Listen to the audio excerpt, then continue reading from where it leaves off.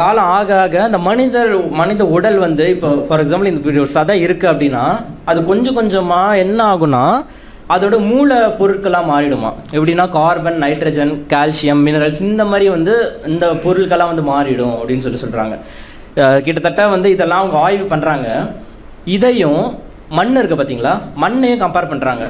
மண்ணில் என்னென்ன chemicals, minerals இருக்கோ அதே மினரல்ஸும் கெமிக்கல்ஸும் ஒரு உடல் மரணித்ததுக்கு அப்புறம் அதில் இருக்குது அப்படின்றாங்க. ஸோ இப்போ தான் வந்து இறைவன் திருக்குறானில் ஒரு வசனம் சொல்லியிருக்கான்.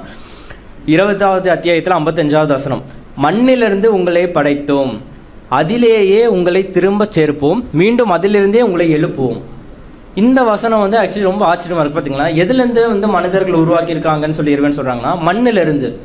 சயின்ஸ் இப்போ ப்ரூவ் பண்ணுறாங்க மனிதர்களோட அந்த இறந்ததுக்கப்புறம் அந்த மிச்சம் இருக்குது பார்த்தீங்களா, அந்த மிச்சத்தில் இருக்கிற எல்லா கெமிக்கல்ஸும் மண்ணில் இருக்கிறது கெமிக்கல்ஸ் தான் இருக்குது. அப்போ இந்த வசனம் வந்து உண்மையாக இருக்குது. மண்ணிலேருந்து இறைவன் வந்து மனிதர்களை படைத்தான்னு சொல்லிட்டு குரானில் சொல்கிறத வந்து ஆக்சுவலி சயின்ஸ் இப்போ ப்ரூவ் பண்ணியிருக்காங்க. ஸோ அப்போ அந்த அளவுக்கு 1400 வருஷத்துக்கு முன்னாடி இந்த கருத்தை வந்து திருக்குறானில் வந்து இறைவன் சொல்லியிருக்கான்.